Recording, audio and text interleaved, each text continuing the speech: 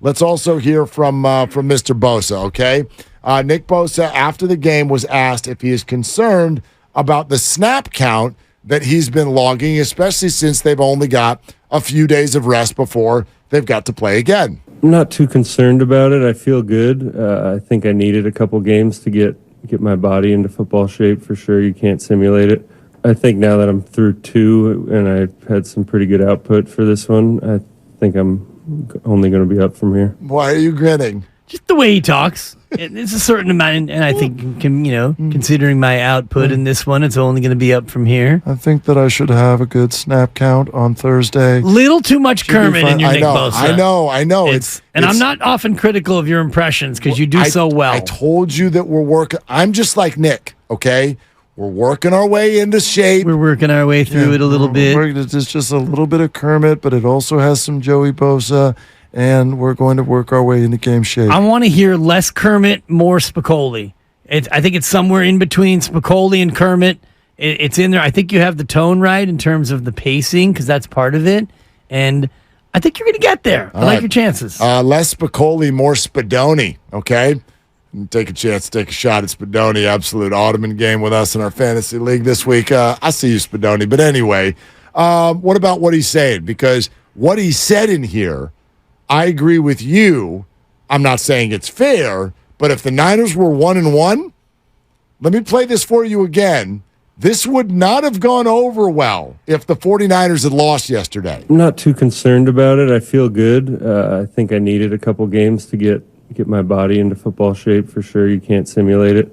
I think now that I'm through 2 and I've had some pretty good output for this one, I think I'm only going to be up from here. Okay, when he talks about getting into shape and everything, again, that's going to send everybody's minds back to what happened throughout the month of August, the two sides not being able to get together. Look, I get it. We're talking about a high-priced fight.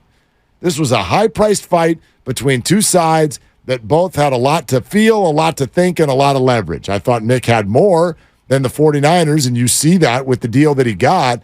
But the two sides were not able to get together, and they were not able to get Nick to a point where he was in what you would call normal regular season game shape in time for the season. Yeah. And that's all. It's only okay because they're 2-0. Exactly. And I think that what he talks about is probably right in terms of his output and what one more week will do. It is a short week, and he played a lot of snaps in this game. I think he ended up playing about 80% of the snaps. Yeah, he played 63 snaps, 79% of the football game. So that's probably about where he normally is going to be. So in terms of his ability to play as much as they want him to play, he's there. Now it's about his output. And he said in that cut that he feels like, his output was better this week, and with another game under his belt, he feels like he'll be closer to where he'll be. I'm saying 2 sacks Thursday night. I'm going to put the over-under at 1.5 sacks. He's going to get 2. He's not done with his self-assessment, Dibs. Okay. This is that question you always get in a job interview, okay? How would you assess yourself? Here's more from Nick. Watch the tape. I think I improved from last week for sure. I was a little more comfortable. I had some answers to some of the things they were throwing at me, and definitely some things I want to work on, which is tough, especially Thursday night. But I'm happy we won. Yeah, I'm happy. Definitely some things to work on. It's getting better. Still a little too much frog in there, but I'm working on it. I'm happy. Yeah, we won. Good. He sounds happy. I have a lot of money. Yeah. He's making $1 million and change a game, whether he gets a sack or doesn't get a sack. So the money is there, and the guaranteed number is spot on. So he's comfortable, but now he has to go out there and live up to it. And I do think that it was a tough game, not only for Nick Bosa, but for everybody on the defensive line, because you didn't really have the time. I think it takes probably 2 seconds to be able to sack the quarterback if things go great. Right. And he was getting rid of the ball in about his unload time. What do we say in terms of Patrick Bailey? It's not his release time, it's his unload time, I think. No, it's not an unload. No, it's when the catcher, how long it takes for the catcher to get rid of the ball down to second base. I know what you're talking about, and I can't think of it. I can't either. Release time sounds closer to me than unload time. Yeah. Yeah. Thank you. Sorry about that. Why I had to why do you it. say it like I had that? to do it.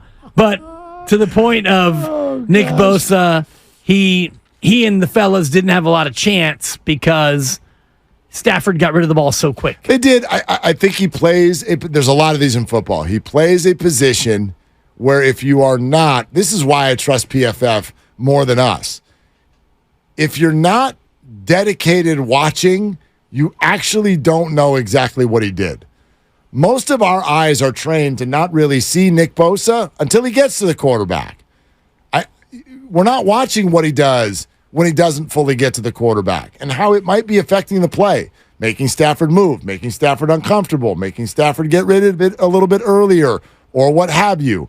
Offensive linemen and largely defensive linemen, we don't fully know exactly what they've done unless you decide to stop looking at the ball and just look at what they do. So here would be my contention. I don't think Nick's been perfect. I don't know that Nick's been dominant. I do think Nick has been better than people realize because he hasn't gotten a sack, but he has still been very effective rushing the passer. And they've been effective as a defense in controlling the run game and not giving up tons and tons of points. So to that end, football is a team game, and essentially he's going to be, tabbed with the same thing they all are, which is don't give up as many points as your team scores. I mean, it's oversimplifying it, but whether or not Nick Bosa gets 3 or 4 sacks, ultimately they have to be a good defense as a team and win the game. I do know this, 105 players, actually 124 players in the NFL have a sack this year, and he's not among them. Oof. What's the lead? Who's got the lead? It's at 4, I believe. Daniil Hunter, Minnesota, with 4. Okay. TJ's got the 3 with another game still to play. Right. And then Montez Sweat, Josh Allen, and Osa from Dallas also has 3. All right. Well, and so does Drake Jackson, right? Yep. Drake Jackson's got 3. Micah Parsons has 3. Okay. And Dennis Gardeck, Arizona. Ooh. Better put a body on him in a couple of I weeks. didn't know there was somebody named Dennis on the Arizona Cardinals. I didn't know that. I know there's somebody named Amir who's on the line here in Dublin. Hey, Amir, you're on with Willard and Dibs. What's up? Hey, guys. Thanks for taking my call. Thanks for making it, man. The defensive line, I was a little bit concerned, but honestly, the pass rush was my only concern after I watched the game again because they made the adjustments when it came to stopping the run. And from my perspective, if they can stop the run and keep it slowed down, then I can deal with maybe not getting enough pressure on the quarterback. It's fine because sooner or later, if you keep stopping the run, the pass game will deteriorate sooner or later. You don't have that option anymore. Second, I don't know if anyone else was hyped up on him, but I actually have been liking Isaiah Oliver since he was in college. If you watch his game tapes from Boulder, Colorado, he was a good man-to-man corner. I know he didn't have the best time in Atlanta, but the Falcons are not a good team, so no one has a good time over there. But I'm actually hyped up for the guy. I think he's a solid pickup, and I'm only expecting him to get better this year. So I just want to let everybody know that, hey, Oliver, he's a steal, in my opinion, and I 100% believe he's going to be critical down the stretch. Yeah, we'll see. Amir, thanks so much. We'll see. I always, for the most part, I dismiss what people see when they say, hey, he was really good in college. Because this is the NFL, so I'm pretty sure everybody out there was really good in college. That's not to dismiss Isaiah Oliver as a player. I know there's been some concerns through training camp, and there have been some moments, both good and bad, through the first 2 games, and even the interception he got. Obviously, there was a break. He took advantage of the break. He gets some credit for that. So it's been fine. I really don't think there's been anything that has, in these 2 games, does anything stand out as like a problem?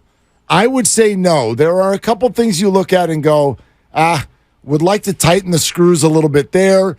I think in the secondary, Lenore, Ambry Thomas, Isaiah Oliver, they've all had some misses out there. McKivitz week 1. There's a couple things where you want to tighten the screws. Even Brock Purdy's deep ball yesterday. Tighten the screws a little bit, but nothing's been glaring as what I would refer to as a problem at all. No, I do think that depth can be an issue in the secondary because, Ambry Thomas is not necessarily a lockdown guy. Isaiah Oliver, as mentioned, has been a little bit up and down. You got Diamador Lenore and Charvarius Ward, your two key guys. But if one of them was to go down and you start to look at the backups, I do think it's a pretty significant step down from those two. Hufanga has been great, and Gibson's been solid back there as safety. So I'm with you in terms of glaring need, or, this guy has got to play better, or this is going to be a problem. And we talked offensive line, and we all wanted to cite Colton McKivitz and a bad first game. And, well, we haven't really talked much about him because the team gave up 1 sack total. I didn't see his PFF grade, but I would imagine it's significantly better than it was in week 1. Can I say something about Hufanga since you brought him up? Please. Talanoa Hufanga. He's playing well. He's a good player. Really stepped out onto the scene last year. And I like the attitude that he brings to the defensive backfield. If he's got it turned up to a 10, dial it down to 9. Just dial it down to 9. And I know that's hard to do. He's playing football, and he's playing it in a defensive spot where his job is to intimidate and hit and do all of the things that Ronnie Lott used to do on a football field. So I get it. But, my man, you're going to get a bunch of penalties. You're going to get a bunch of penalties. The stuff that's happening after the play is over, pulling the legs up and whatnot, it's not egregious, but wouldn't you love to see him if he's at a 10, play at a 9. Just dial it down a tiny bit, because I do feel like he's a player who tends to fall into the trap of being overly aggressive, whether that's with his routes or even just the attitude that he brings. You hit somebody 1 yard out of bounds instead of right on the sideline, or you give someone a little bit of a leg twist under there in the pile. Just dial it down a little bit, because you don't want that to happen at the worst time. That's all I'd say. That's a fair criticism and a fair point. M. Patel on the YouTube feed mentioned 17 penalties in 2 games, 11 in week 1, 6 yesterday. I do think that that's a fair area where you can look at and talk about improvements. And I think it's been 145 yards worth of penalties, 17 penalties in 2 games. That's going to be too many. And the Hufanga part of that, I don't know if he got whistled or flagged yesterday for that late hit. I don't think he did. I don't want to have him not play as aggressively as he wants to. So if he's at a 10, stay at a 10. But that's certainly something where we've seen him get burned before on, whether it's a bad route or, a late hit occasionally. Chicago last year. Yeah, Chicago last year.